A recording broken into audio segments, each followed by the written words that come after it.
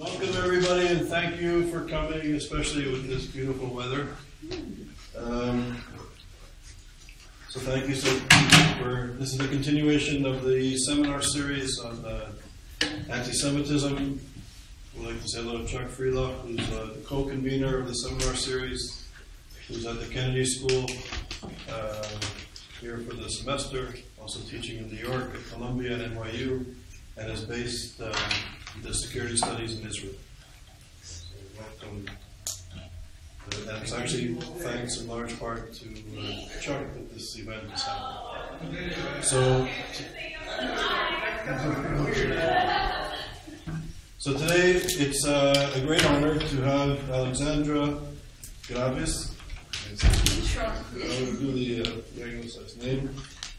She graduated from the European Studies Department of the Faculty of Law of the Adam Mickiewicz University in Poznan, Poland. She recently received, she's a recipient of the 2012 Fellowship of the Foundation for Polish Science for the Outstanding Achievement in Science and Research. And this is one of the most prestigious, if not the most prestigious, academic award in Poland. She was awarded by the president of the country himself. His wife. His wife. So that was a great distinction for her groundbreaking research. In 2010 and 11, she was a graduate fellow of this place that used to exist. It was a fine place called the Yale Initiative for the Interdisciplinary Study of Anti-Semitism. She was one of our scholars with us, and she was a delight to have with us for the year, so it's nice that she's back, kind of continuing on in our work together. In addition to being at ISA at Yale, she also was a recipient of the 2010 and 2009 Felix Poznan Fellowship for Doctoral Studies, for a doctoral fellowship at the Vidal Sassoon Institute for the Center for the Study of Anti-Semitism at Hebrew University. And she also is a Rothschild Foundation European Research Grantee. She is currently the senior researcher at the Poznan Human Rights Center at the Institute of Legal Studies of the Polish Academy of Science, where she has recently defended her doctorate degree on countering anti-Semitism with legal instruments of the international human rights law. Her main fields of research are the legal struggle for against racial discrimination, freedom of speech versus hate speech, defamation of religion, universal systems of human rights protection. Her previous professional experience includes being the co-author of a report that monitors racist, xenophobic, and anti-Semitic instances in the Polish media. This was part of the Polish Ministry of the Interior, and the report was given in 2008. She also did groundbreaking research on notions of sexual orientation for the European Union member states for the EU Fundamental Rights Agency in 2010, and she's co-authored and co-edited books on hate speech versus free speech, legal and social aspects with Kluwer Publications in Warsaw, and she is the co-author of the first Polish commentary to the International Covenant on Civil and Political Rights in Warsaw 2012. She's prepared many reports and analysis for the Polish Parliament and for the European Commission. Aleksandra is also the Vice President of the Open Republic, an association that fights against and studies issues of anti-Semitism and racism, and she's which is a leading Polish non-governmental organization active in the field of fighting against intolerance and hatred. And that's just the tip of the iceberg. So it's really great that you're here. Thank you.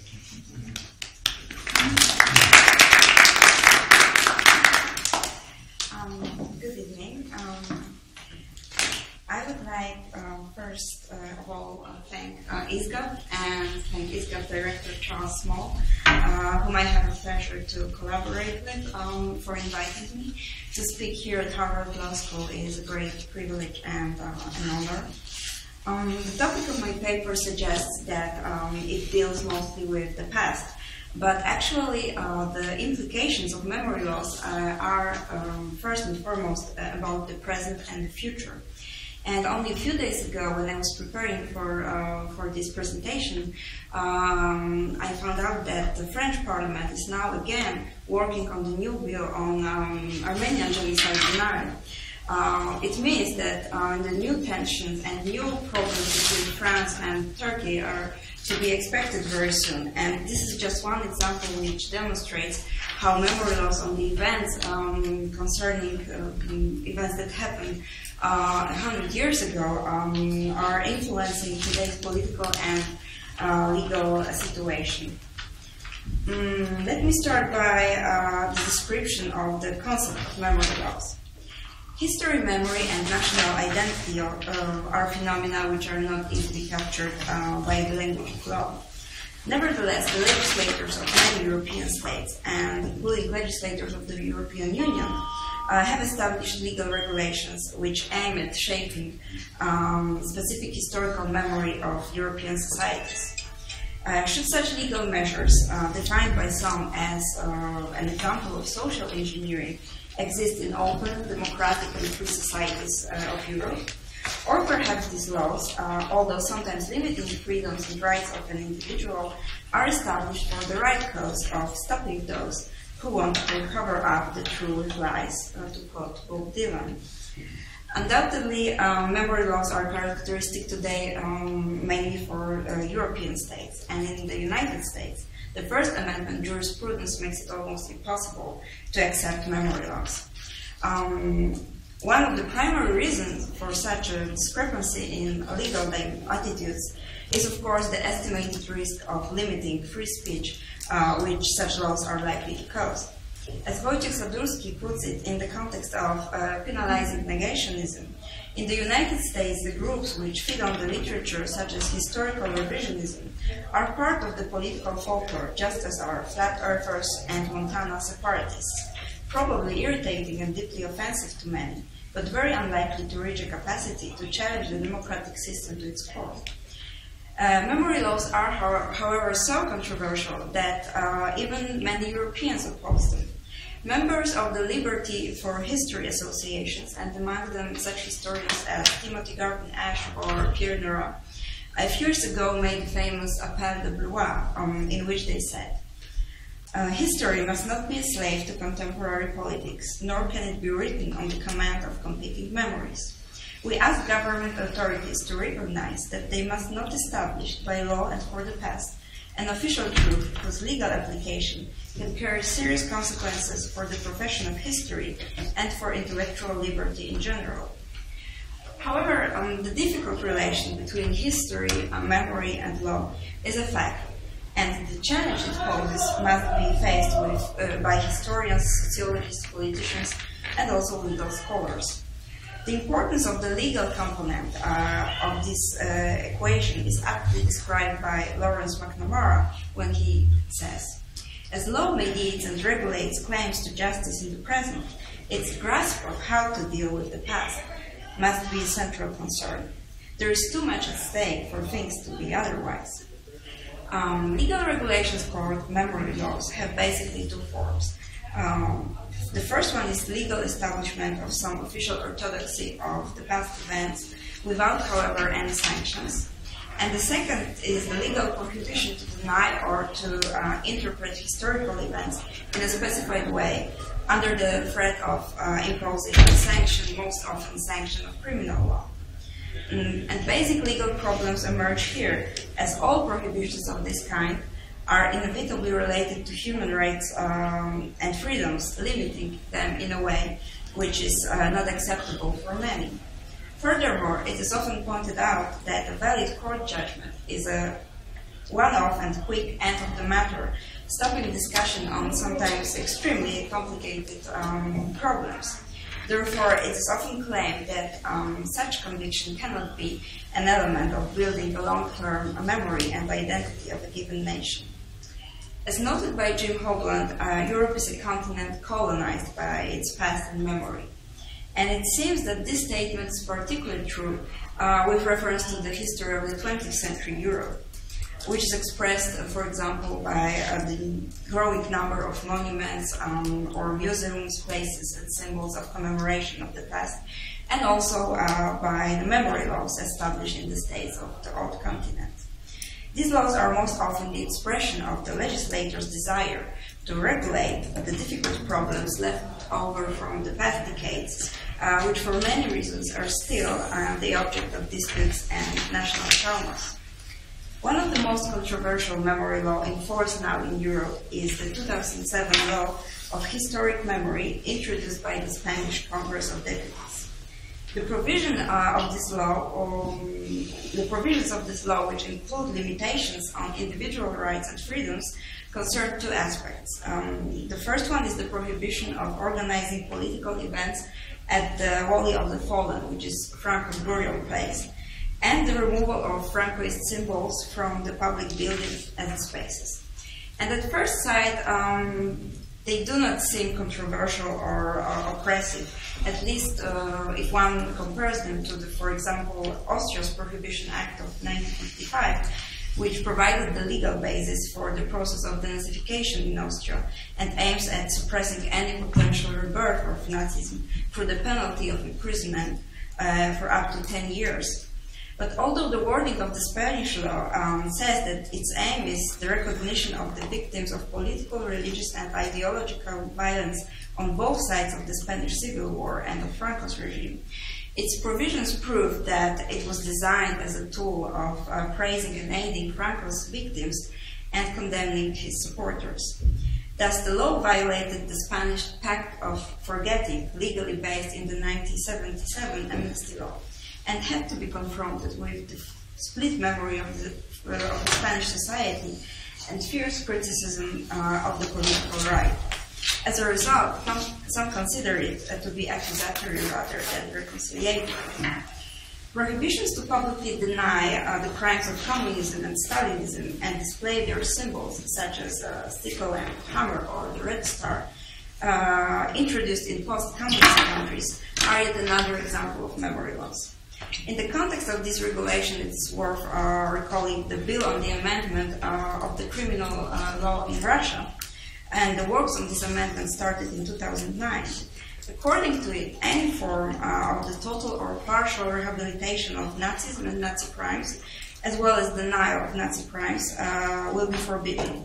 At the same time, the law would punish for characterizations of any actions undertaken by the members of the anti-Hitler coalition as being criminal, which would in fact criminalize true statements about Stalin crimes committed, for example, in Poland.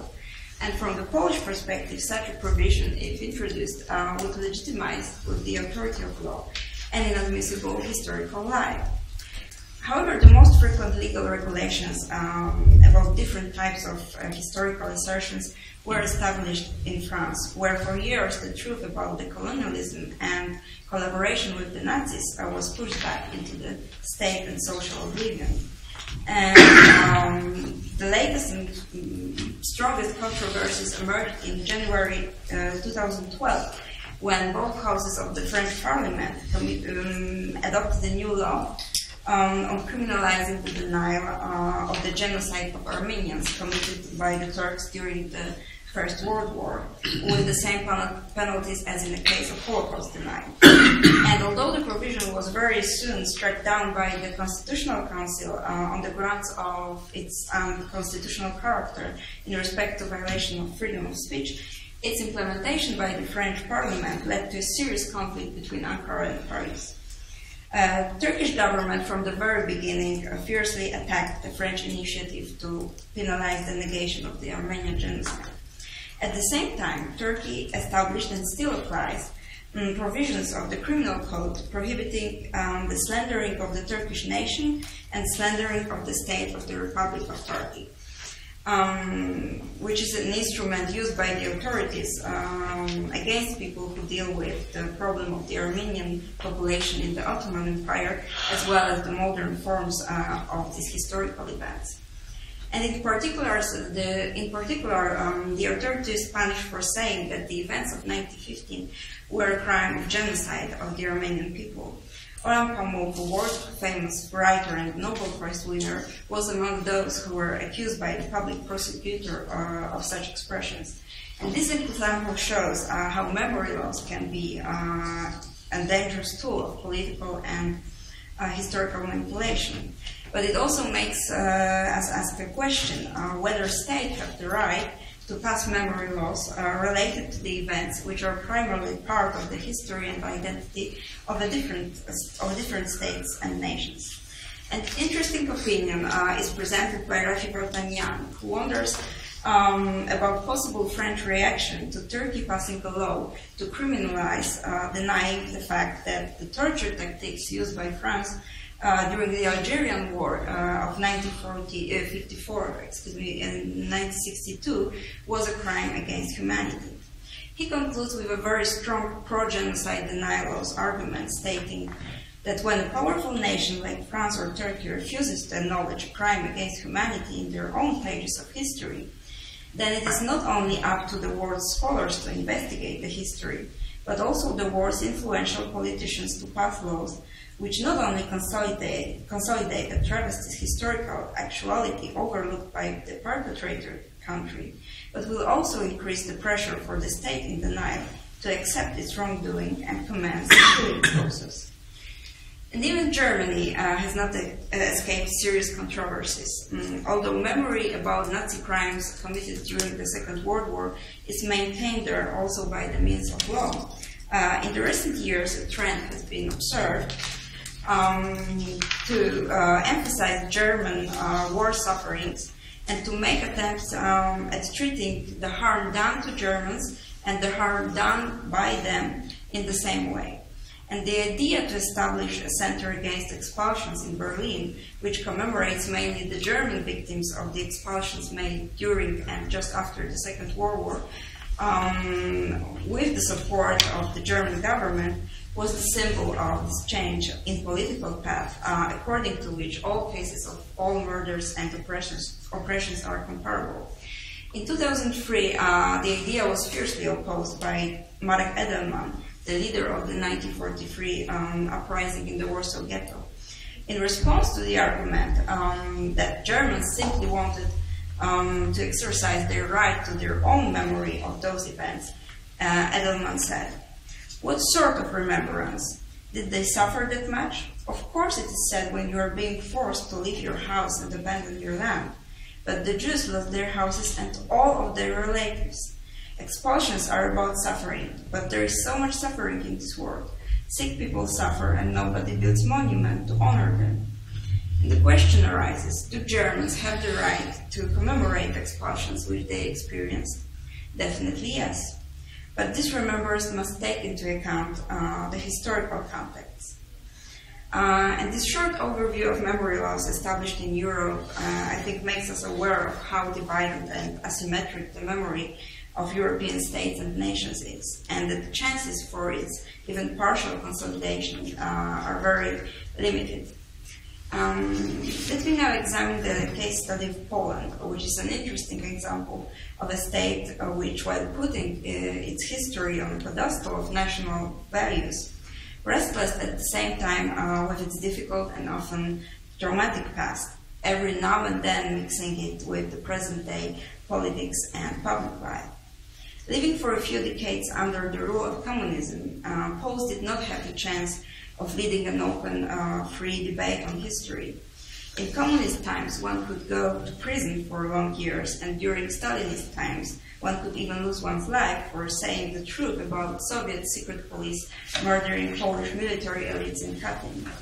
At the same time, and to a large extent, in response to this enslavement, the often mythical vision of the Polish heroism was cherished and passed on to the next generations.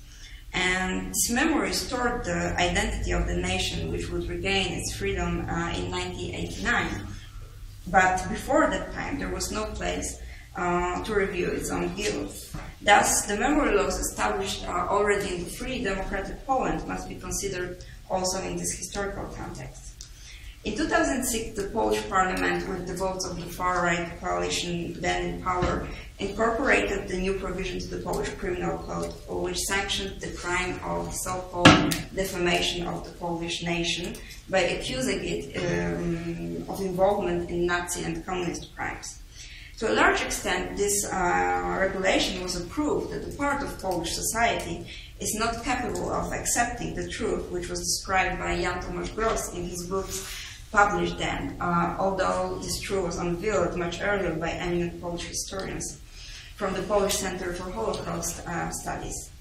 It is the truth about blackmail, extortion, denunciation, betrayal, and plunder of the living and the dead, made by Poles against the Jews in many places in Poland during the Second World War and directly after its end.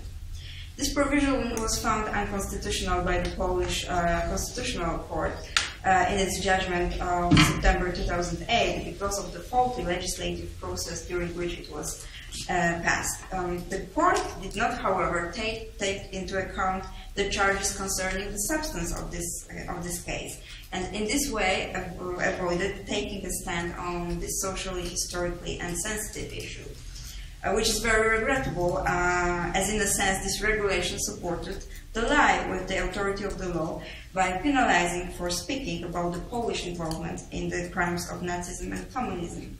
And it was undoubtedly an example of a dangerous and harmful memory law, which instead of defending the truth, contributed to its falsification from the legislator's wish.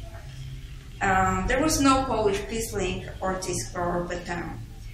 Poland never aided to the Nazi crimes, as did the societies and states collaborating with the Nazis on a large scale, such as Slovakia, Hungary, Croatia, or Romania. And these assertions are true. But there is another assertion painfully truthful. These were Poles, not Germans, who burned alive their neighbors, men, women, and children, in a barn in Jedwabne on Sunday of July 10, 1941. A law which even indirectly permits falsification of this truth cannot exist, and fortunately does not exist in Poland anymore. So are memory laws more dangerous or more necessary? The opponents of the establishment of memory laws, in addition to the accusation about the excessive restriction on the freedom of speech and academic research, raise concern to a large extent justified about the danger of decreeing by law the history and memory of the nation by those who are in power at the time. A very fragile crew of facts is, as Hannah Arendt described it, not only prone to forgetfulness, but also to manipulation. However, these words can be quoted, I think, and invoked as an argument both for and against establishing of memory laws. But the danger that the law will be used as a tool against memory is indeed significant. Among other arguments against memory laws, we can also mention the fear that the courts will be turned into places where decisions are made about historical facts, and the law becomes instrument of a certain type of social engineering. These and other arguments opposing memory laws have been discussed broadly in the literature of the subject. In the case of such laws as the Polish prohibition of the defamation of the Polish nation, it is really difficult to find reasons of their establishment. However, when it comes to memory laws, which are an expression of the state's readiness to review its past guilts, one can advance arguments justifying the existence of such laws. The first argument is about the necessity to make commemoration of the victims of past crimes a legally protected good. In this case, it is no longer the historical truth that is being protected by the state, but the memory and dignity of the victims of these events, which were crimes against humanity or war crimes or genocide. And this argument is directly connected with the prohibition to offend the human dignity included in many constitutions of European states. There is also another significant argument expressed in the words of Marek Safian, Polish judge of the Court of Justice of the European Union, which he formulated also in the context of the discussion on memory laws in Poland. Safian has noted, Human memory is short and deceptive, while the trivialization of lies and hatred disseminated in public space may have destructive effects, particularly for the young generation of Europeans. And in this meaning, memory laws are also meant to arrest the process of obliteration of the memory about past, and in the case of majority of memory laws, about the nature of totalitarian regimes and dictatorships which resorted to crime. Consequently, democratic order of the state and the foundation of democratic society are also protected. When searching for other arguments in favor of memory laws, one can also make reference to the general concept of the functions of law, which is about the aim of law and consequences of law. And in this context of particular functions performed by memory laws, the following seem to be particularly significant. The regulatory function, when the law contributes to the establishment of the framework of permissible discourse and social behavior. The protective function, focused on the protection of the goods of individuals, including the protection of individuals who are weaker in a social dimension or often belonging to minorities. And the educational function, which assumes the impact of law on the promotion of specific values and shaping social attitudes, evaluated positively by the legislator. However, the most problematic and controversial issues connected with memory laws concern two questions. Is genocide denial different? And is Holocaust denial unique? Consequently, one must consider whether regulations which penalize denial, belittlement, or praise of the crimes of genocide are better justified than other memory laws, and whether penalization of the Holocaust denial is justified in an even more convincing way. When it comes to genocide denials in general, legislators of European states recognize that negationism of the crime of genocide is not only harmful to the individual in the individual dimension, but also in the social dimension, and that it also insults the memory of the victims of the crime of genocide. In a broader context, the negation of genocide committed by former or present generation of a given society is often considered to be a proof that this society is not ready to assume responsibility for its crimes.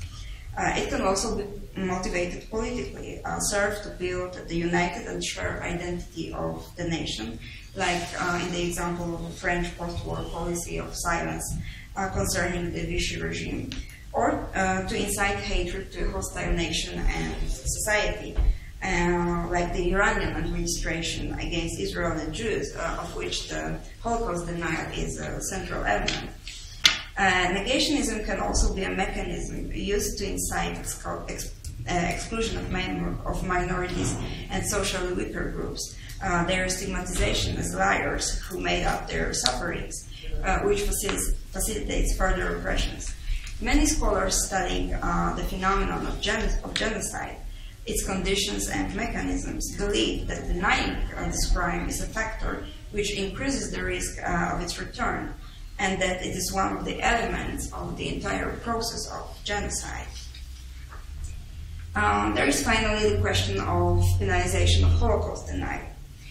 As explained by Tony Judd in a moving essay on European historical memory, Hitler's final solution to the Jewish problem in Europe is not only the source of crucial area of post-war international jurisprudence, it also adjudicates the moral, and in certain European countries the legal, standing of those who pronounce upon it. To deny the Holocaust is to place yourself beyond the pale of civilized public discourse. The legal situation that Judd writes about has been shaped in Europe by the regulations which penalize public dissemination of Holocaust denial. However, is it justified in a more convincing way than in the case of any other genocides? A few arguments may speak in favor of adopting this point of view. Today, the arguments of Holocaust deniers find advocates all over the world, from Ukraine to Japan. The president of Iran makes Holocaust denial an official state doctrine, And at the same time, the last generation of the prisoners of German concentration camps is passing away. As a result, Holocaust denial is nowadays, as defined by Wojciech Sadurski, a part of a larger package of an ideology which maintains that Jews cannot be trusted on anything, even on their own past. The threat stemming from dissemination of Holocaust denial becomes even more apparent when one considers the level of general knowledge on the history of Second World War and of the Holocaust in Europe. The societies and their historical awareness have always been the best guarantors of preserving historical memory. But is it truly the case today? As indicated by a poll commissioned in 2012 by the Forza Research Institute, on January 25th, so just 2 days before the International Holocaust Memorial Day, 21% of Germans aged between 18 and 30 asked about the concentration camp in Auschwitz had never heard of it. Another survey revealed that in 2009, 23% of British secondary school students did not know what happened in Auschwitz. Answers to the questions about this camp of extermination included association with a bread name, a state bordering on Germany, or a type of bread. How should the memory about the Holocaust be defended if education about it fails so dramatically in such states as Germany?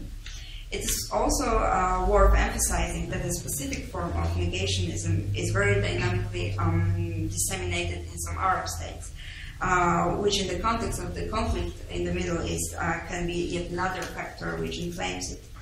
And the negationism present in Arab states has its own character, and it is different from European negationism, but in no way should it be treated as less harmful.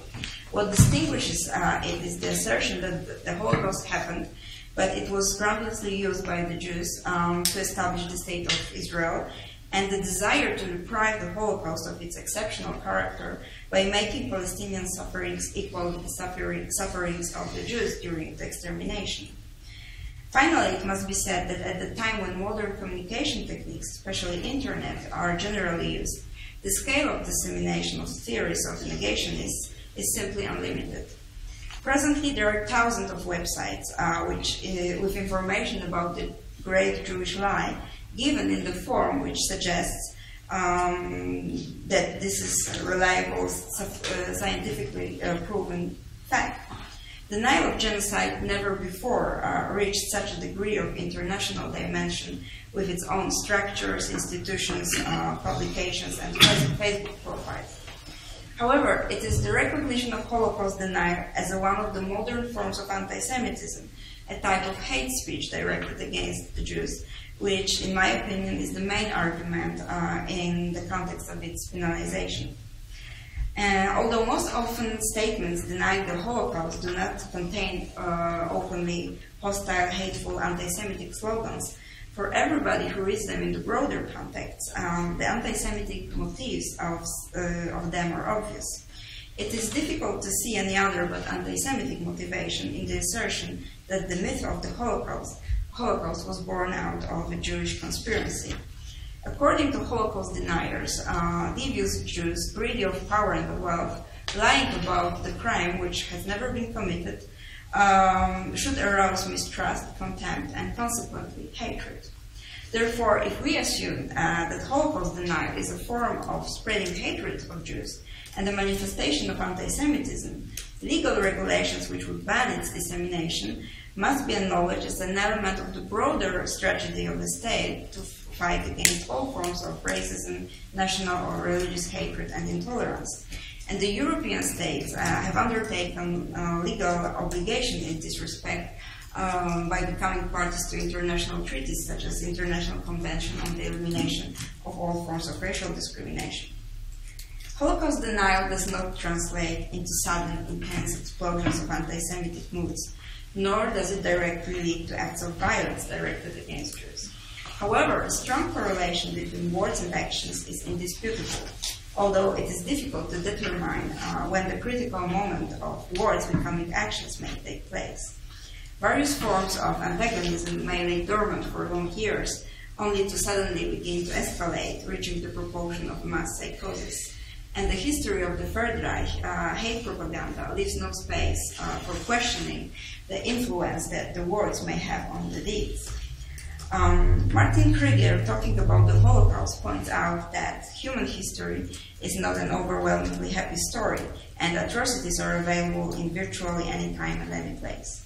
But an enterprise on this scale is extremely rare, perhaps, as many believe, uniquely so. And I am one of those who share the view of the unique character of the Holocaust, but who at the same time do not set any scale or hierarchy of the suffering of victims of any genocide.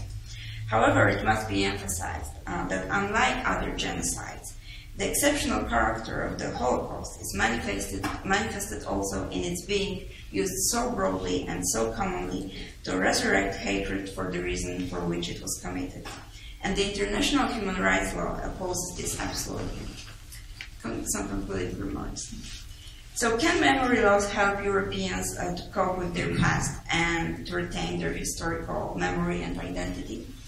It seems that this question can be answered affirmatively only with respect to the limited group of such laws. The memory of European societies trapped after the Second World War in the domination of the communist regime is not shared or understood by the societies of Western Europe. At the same time, countries like Poland, which were never party to colonialism, do not identify with French laws that regulate this problem. Furthermore, some memory laws consolidate the false identity of a nation based on the belief that one was always only the victim of the crime and never its perpetrator.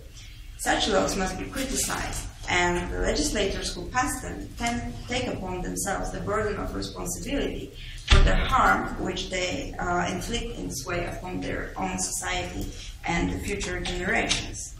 The experience and history of the entire post-war Europe have shown that although some convergence of narratives is possible, there are differences between memories of states and nations which can never be overcome. The consensus about the recognition of the crime of the Holocaust is, and in my opinion, should be an exception.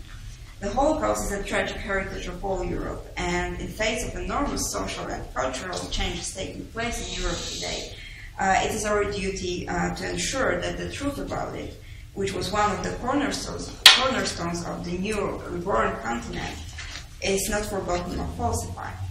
Tony Judd wrote that recognition of the Holocaust is a key that opens the door to Europe. However, is this statement still true? Perhaps in the political sense it is. No state aspiring for the EU membership can deny the Holocaust in its official state doctrine.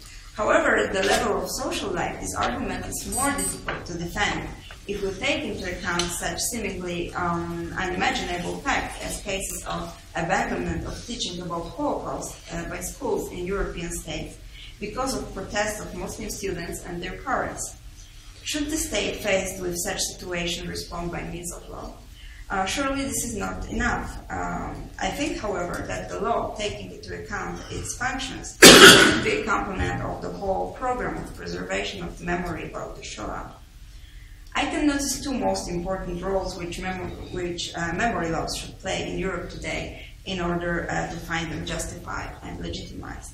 First, such laws should be approved that a given state has assumed responsibility for the crimes and serious violations of human rights in the past done by this state or its citizens. The memorial polls about the crimes committed against them by Nazis and by Soviet regime is strongly shaped and deeply rooted. Nonetheless, Poles, probably as many other nations, often do not remember about the crimes committed by themselves. This crew is still driven away from the social consciousness, although to a lesser and lesser degree. Second, memory laws should be a barrier to the abuse of the freedom of speech and freedom of research to spread hatred against specific groups. I agree with Konstanty Gebert, an eminent Polish journalist, who say that there is no other way to emerge from the conflict of different groups, including different nations, than by respecting the existence of many memories. However, in some cases, the multitude of memories is only a convenient way of driving out what is disgraceful in the biography of one's own nation. Classification of the Jews in Auschwitz, crimes of the pro-Nazi Hungarian Arrow Cross Party during the Second World War, or the massacre committed by the Soviets in Katyn cannot be remembered differently. If a state adopts legal regulations that sanction this reversed memory, such memory loss should be opposed vehemently. If, however, it is individuals or groups in the state who try to bring this fraudulent version of history into the public discourse, the state must be able to respond also with the instruments of law. And I have not aspired today to convince you about the necessity of establishing memory laws, because this is one of the most difficult and complex issues in the whole discussion on the relation between memory, history, and law. However, I do believe that in some cases memory loss can be an answer to the powerful call of Elie Wiesel. Remembering is a noble and necessary act. The call of memory, the call to memory, reaches us from the very dawn of history. Thank you.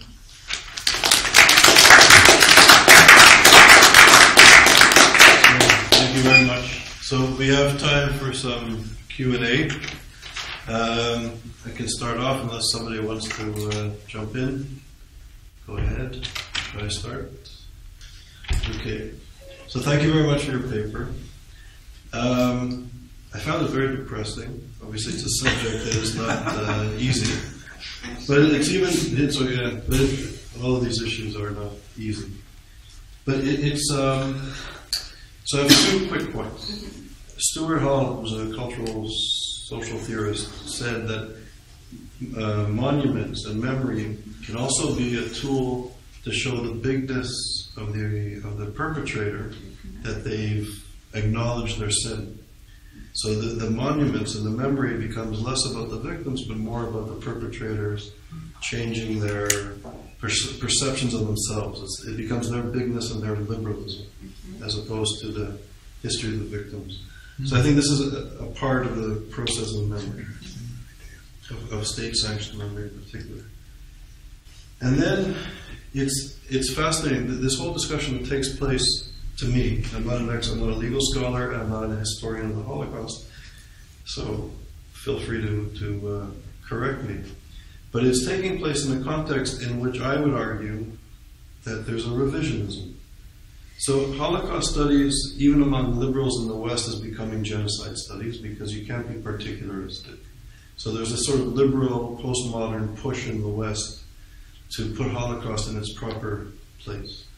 And then you have the sophisticated historical revisionisms of people like Tim Schneider, who, instead of looking at the Jewish experience during the Holocaust, takes a geographical perspective and puts the Holocaust into a context in which other people were also brutally killed and treated. So the Holocaust is structurally changed as not being unique, but part of a mass killing in that period.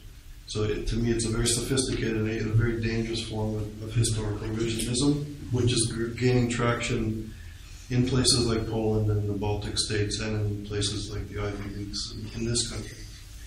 And this sort of becomes a liberal approach to the history of the Holocaust, and it's intertwined with the histories of Polish victims and slaves and migrants and people who were forced. The uniqueness is being watered down. And even in your discourse, I found that to be part of it. So it was all intertwined with other peoples and other people suffering, real suffering, but the uniqueness is going away. And then, if you step out of that context, which you did, and you touched on it, then there's this sort of crude, Islamist, Arab nationalistic, I would say anti-Semitism, which is, an attempt now to murder the history of the Jews, to take away the voice of the Jews. In a sense. So it's fascinating. And then where's the Jewish history, where's the history of the Holocaust in all of this? And just as an antidote, I'll say I was recently in Auschwitz. I never wanted to go there, and I went. I had to go, so I was invited by some people, and I went. And I was struck, given my understanding of the history of that place, how it's being turned into a museum, a place of Polish history, Catholic martyrs, of Polish heroes, and less so, I thought, in my reading and my experience of the Jewish history, of the history of the Holocaust, which is playing to the Polish and Eastern European people who come there. So that was striking to me, that was shocking to me. And then, of course, walking in Bergen-Belsen, and you know, I was with one of the leading tour guides, and we were walking, and she said, "No, look at the earth."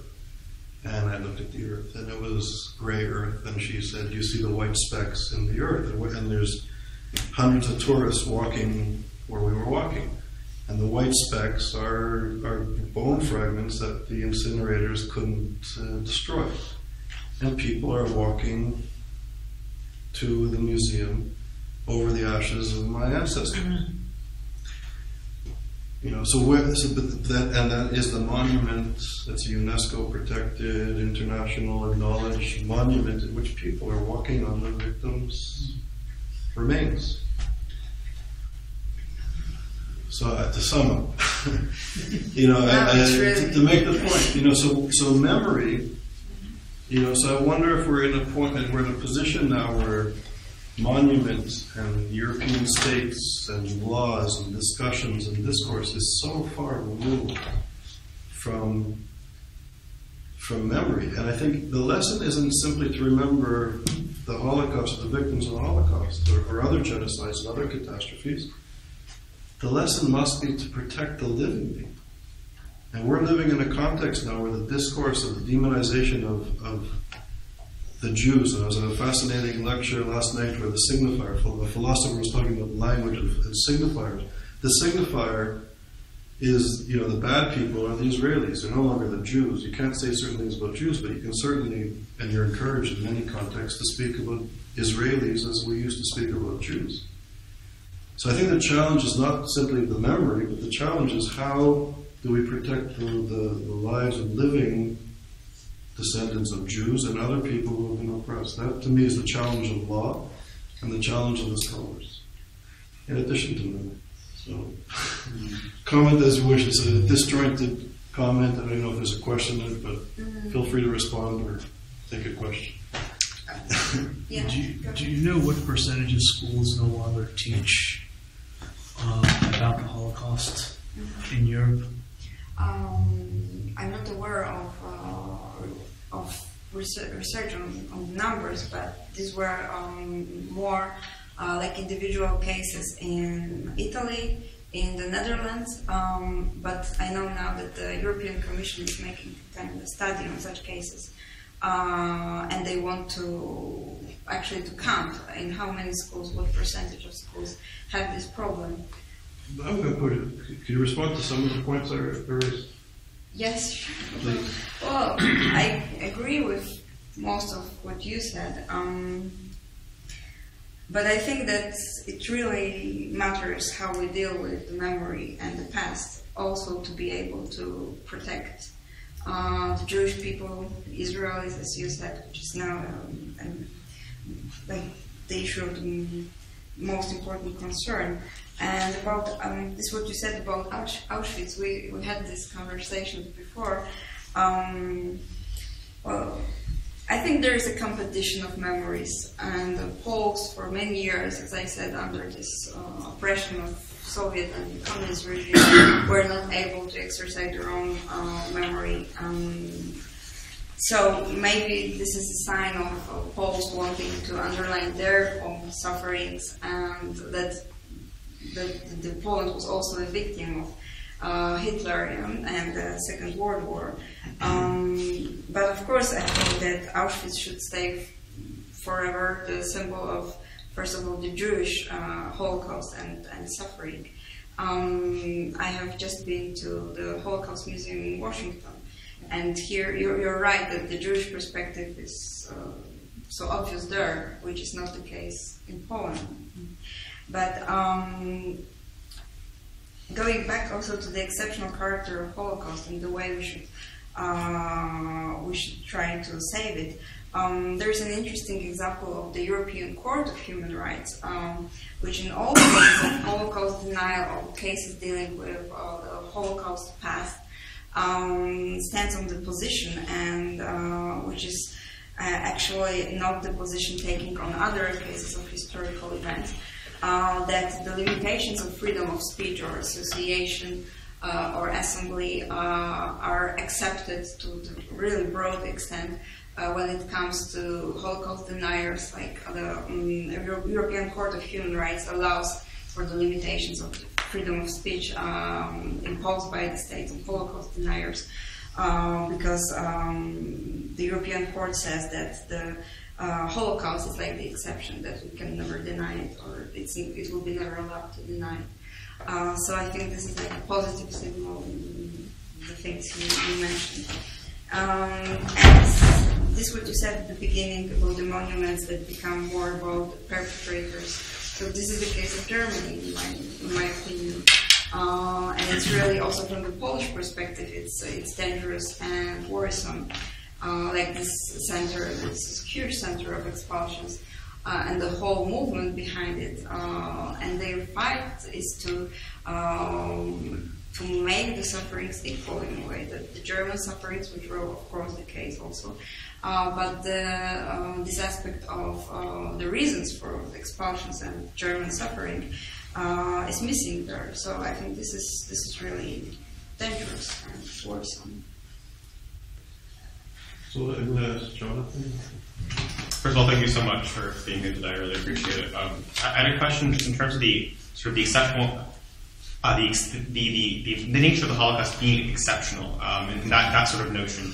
In terms of what do you can you sort of articulate what exactly defines that exceptionality? Is it the actual perpetration of the act? Is it sheer quantity of deaths, or is it sort of the memory denial and loss that occurred afterwards? So what part of the process truly makes it exceptional, or is it the entire summation of sort of the post-Holocaust reaction, the during the process, and what led up to it? I'm curious in terms of a personal note, also but also in terms of what the general discourse is on why it's exceptional. So I think that all the elements you mentioned are very important in seeing this exceptional character of Holocaust.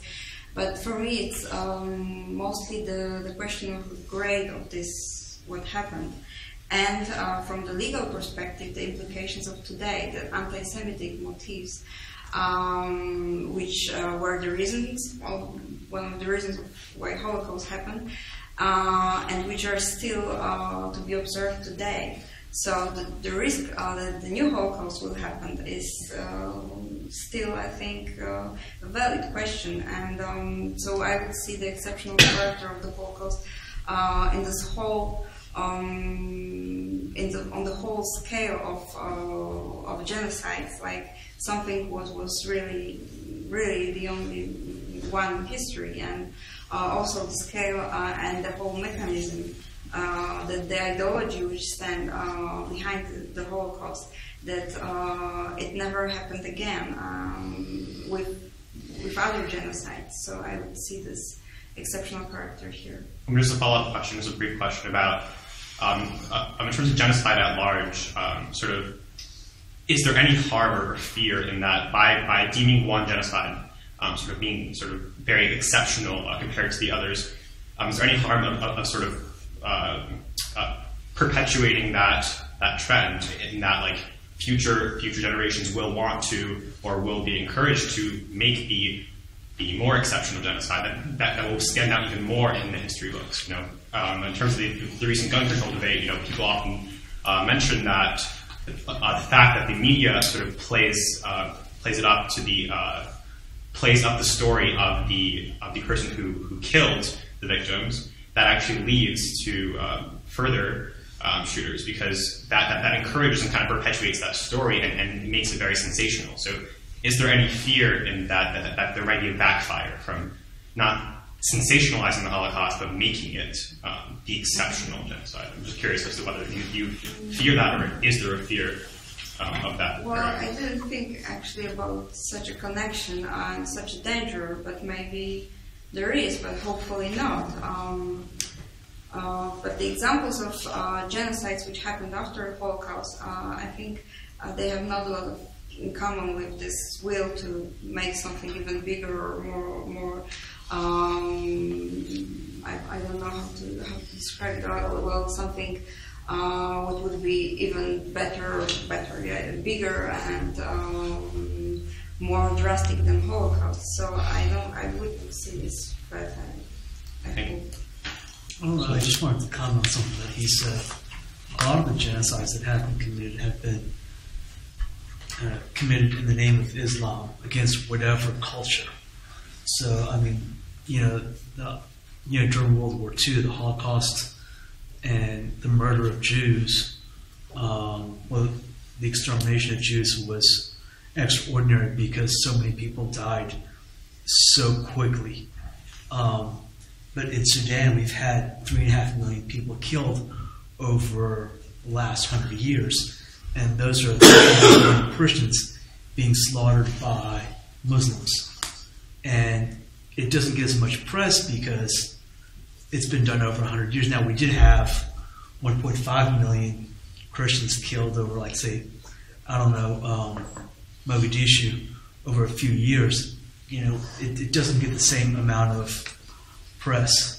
And of course, what happened in Armenia by the Turks, and that was an Islamic, Muslim genocide of Christians in Armenia.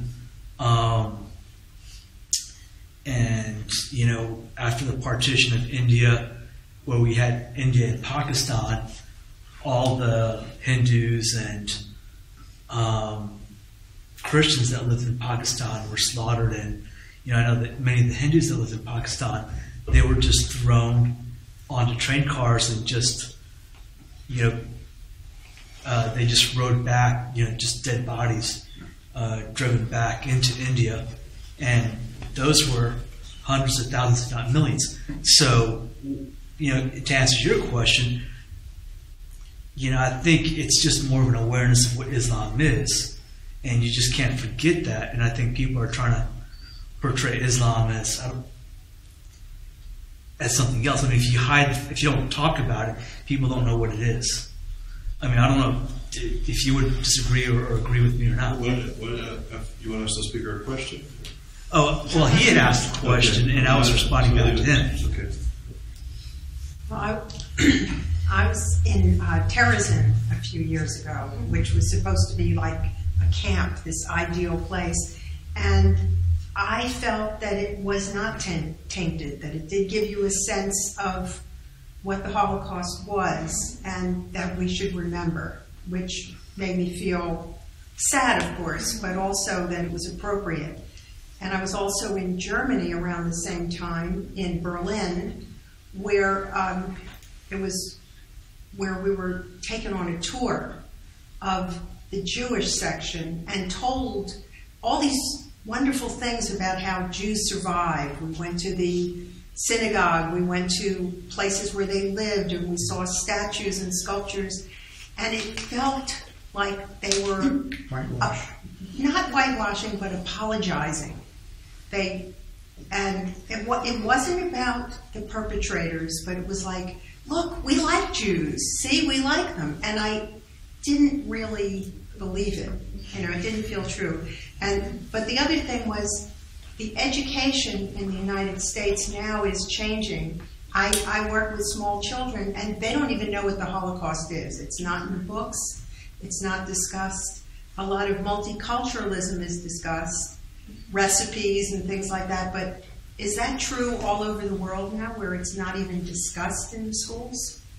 I'm afraid to the larger and larger extent it is the case, yes. But of course this is problematic that children here in the US do not know about the Holocaust. But for me it is especially shocking that children in Europe, like in Italy or United Kingdom, don't know about it or refuse, their parents refuse them to know. Like in the case of Muslim minorities that I talked about it, there are cases when they protest against Holocaust lessons on Holocaust because for them this is simply a lie and they don't wish their children to find out about the lie, so it's a Jewish lie. So this is highly problematic and worrisome, and I would be afraid of the direction in which it goes, because when such cases are to be found more and more often, then we have a real problem. If the people in the countries where the Holocaust almost happened, they don't know what happened 70 years ago. Can I bring back a legal perspective to it, because I'm a lawyer, more specifically a constitutional lawyer, and I think that when we talk about what you call memory loss, it would be good to at least assume that there is something prima facie bad or at least problematic about them. That is that by their very nature they try to regulate things which we liberal Democrats believe that unless there are very strong reasons to regulate them should be left to this sort of free market of ideas. So that the state telling us, sometimes even under the sanction of penalty, what we have to think and talk and how we should understand the past, there is something presumptively wrong. In the end of the day, it may be necessary to have it, but the burden of argument is on someone who would argue for such memory loss. I think that's the starting point. And if we accept that starting point, I would like to refer to a distinction which you made right at the very beginning of your paper, the distinction between laws which I think you said create certain official orthodoxy about the past, us how to understand the past, and on the other hand, without any sanction attached to it, without any penalty, and on the other hand, laws such as genocide denial or Armenian genocide denial or sort of all sorts of, especially I think French laws which attach specific penalties to the falsity, according to the lawmaker, about a particular event. And I think that the sort of general assumption is that those former laws are somehow less problematic, like your example of Spanish, because at least there is no penalty there. And I just would like to say that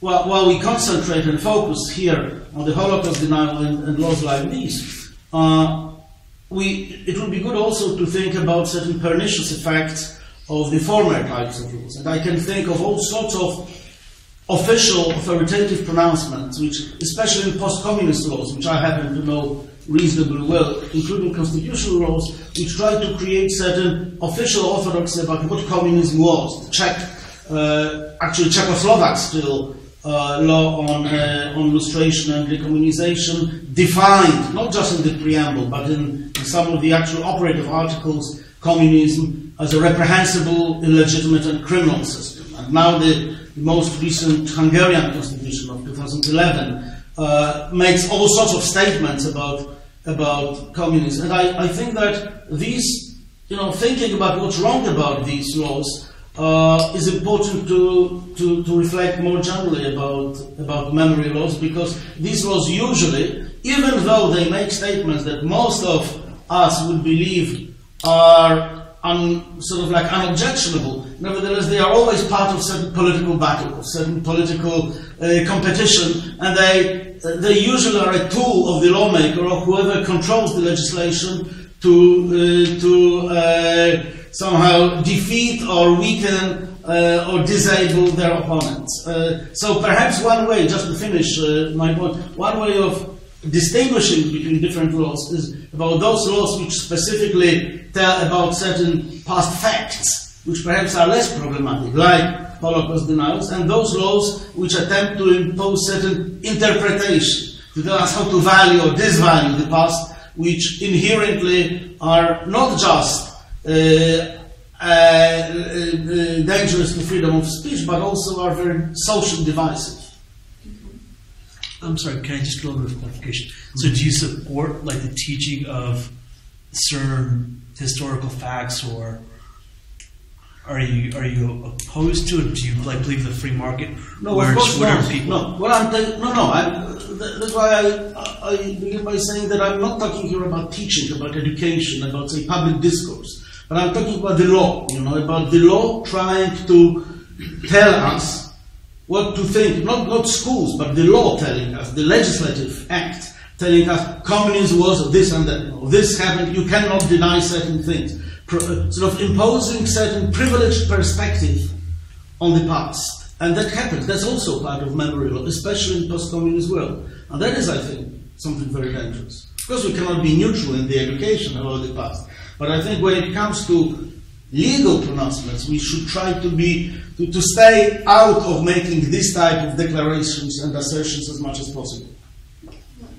I agree that this very often becomes a part of a political fight or the competition of memories between different political options, and this is dangerous. But the most dangerous point is when the criminal law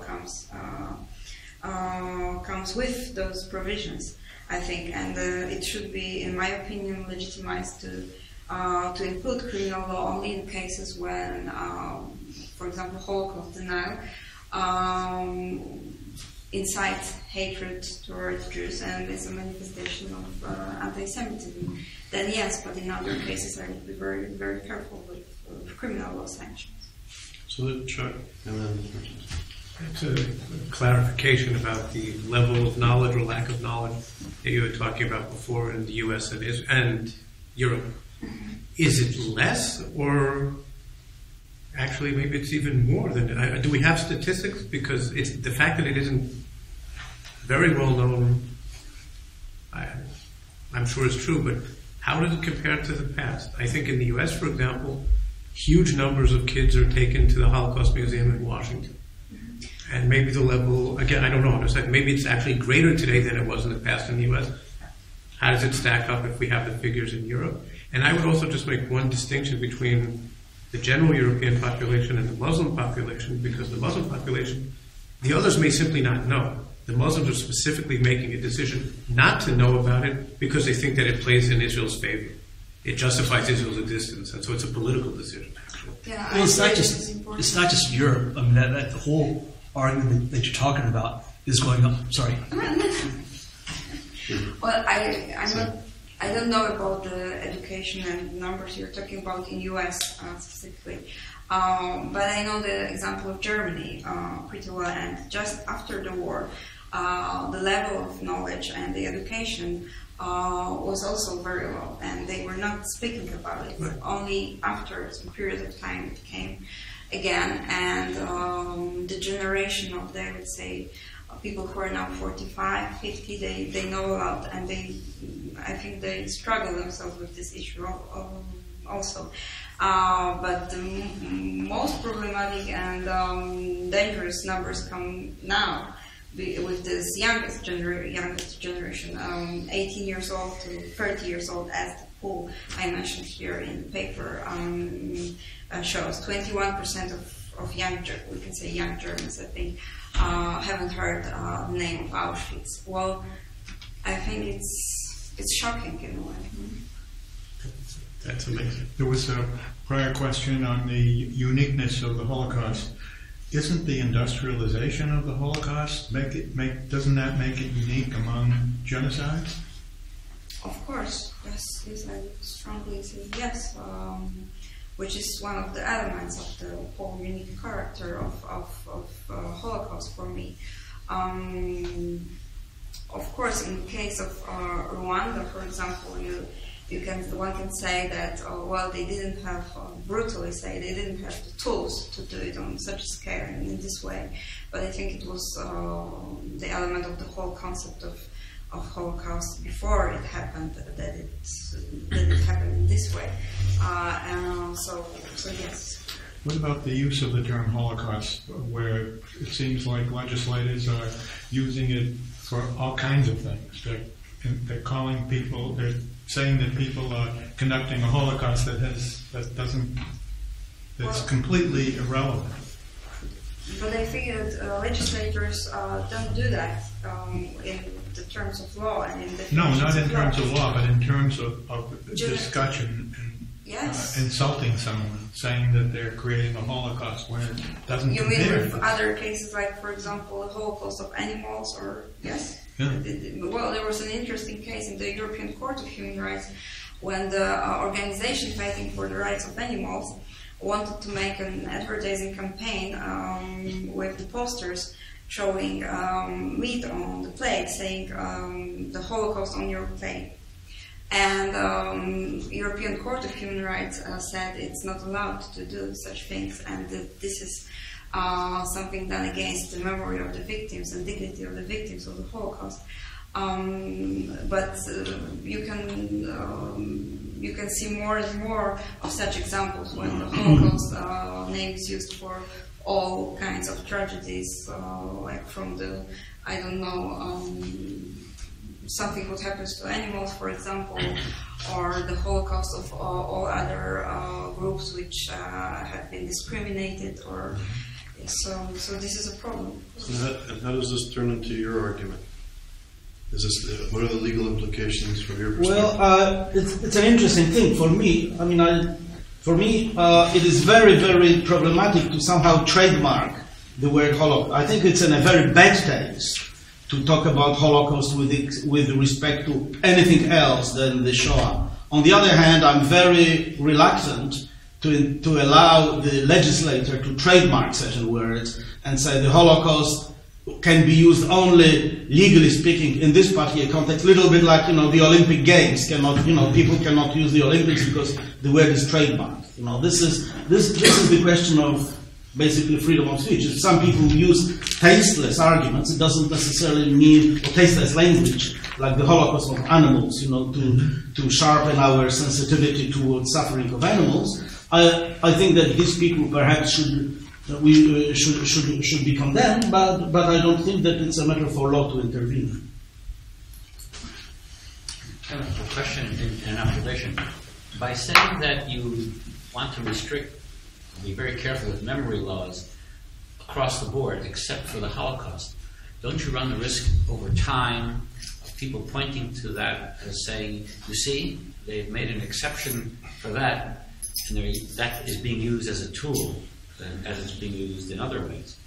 So, I mean, when you begin to carve out exceptions, even though they may be ethically justified, you run risks of being pointed to later as proof of a need to do that, or using that for some nefarious purpose. I don't know how strong that is. And the second thing is, I think traditionally in Judaism there are memory laws without criminal sanctions associated with them. For example, biblical law about remembering what Amalek did, and other holidays that celebrate events like that. So there are memories, but there are no criminal,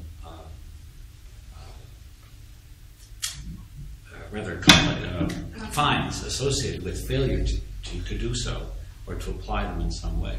What do you think about my first point, my first question? I think that in all cases when denying genocide is aimed at spreading hatred towards a particular group, the group of victims, then the criminal law sanctions may appear. So it's not only for the Holocaust denial, although it is proved with numbers that most often and almost always Holocaust denial is disseminated in order to incite hatred towards Jewish people. This is why this is also like an exceptional example. But if denying the genocide which happened during Bosnia and Balkan War is also aimed at inciting to hatred and inciting to violence, then also yes to the criminal sanctions. So are there any? So what are the legal implications? So the new Secretary of Defense in the past of this country in the past wanted to reach out to Hamas, Hezbollah, Iran, and other organizations or social movements in the Middle East who argue that the Holocaust is either an invention or was exaggerated to justify the colonization of Muslim land and the occupation of all of Palestine. Tel Aviv to Judea and Samaria. Now, are there any legal implications from your perspective if, let's say, the United States of America engage with these people? make treaties, make arrangements, agreements, enter into all sorts of, and these parties have these perspectives, and they, from our perspective in this room, they want to harm the Jewish people. They're using the Holocaust as a tool to harm the Jewish people. What happens if third parties enter into agreements with these people who are intent on harming the Jewish people using the Holocaust in this way? Are there any implications? I think more of a political nature. Not legal? Not legal. The U.S. is a party to the International Convention on Genocide and on elimination of all forms of racial discrimination. And in this latter convention, it is said that the state is legally binded to,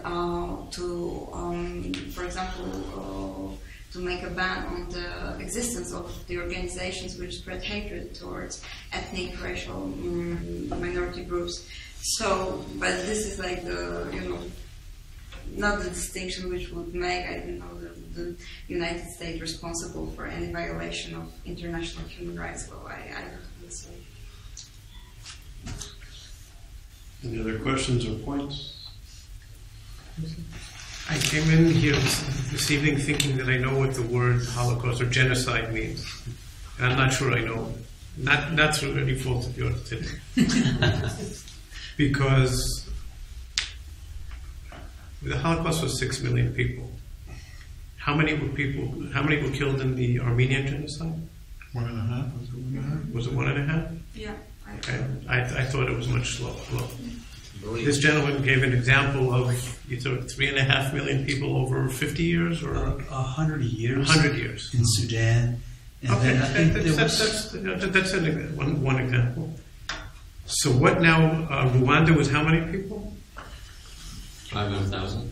500,000. No, 800,000. Cambodia was to 2 million. So I don't know.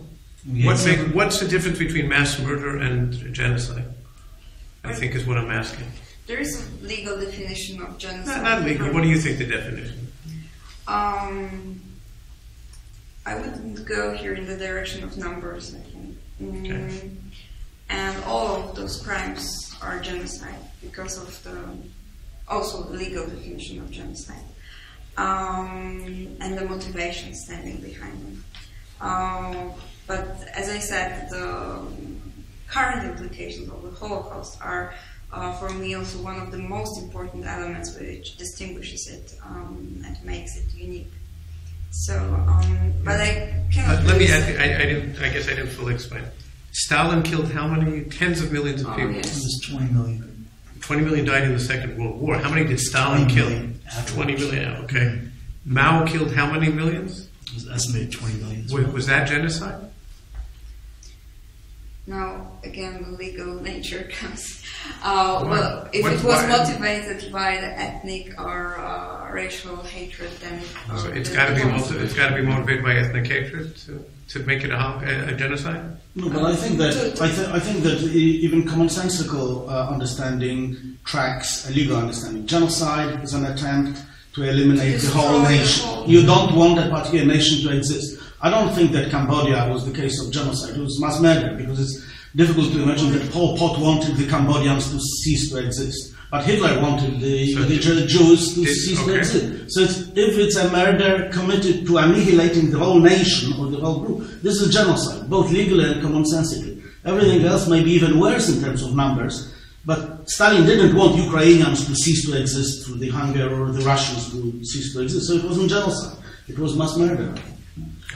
It's just a small point. In terms of numbers, and I agree that numbers are not the criterion here, most people think that the Holocaust actually killed about 11 million. There were 6 million Jews. And without the Jews, there wouldn't have been a Holocaust. And there are other features that make the Shoah, the Holocaust, different from other genocide. In particular, it has to do with the mobilization of all of the resources of society at all levels to do this, not just as some kind of outburst or demonstrations or riots that happen across the country over a short period of time, but it was a sustained effort over a period of several years. It was an industrial operation And there are, there are some unique features.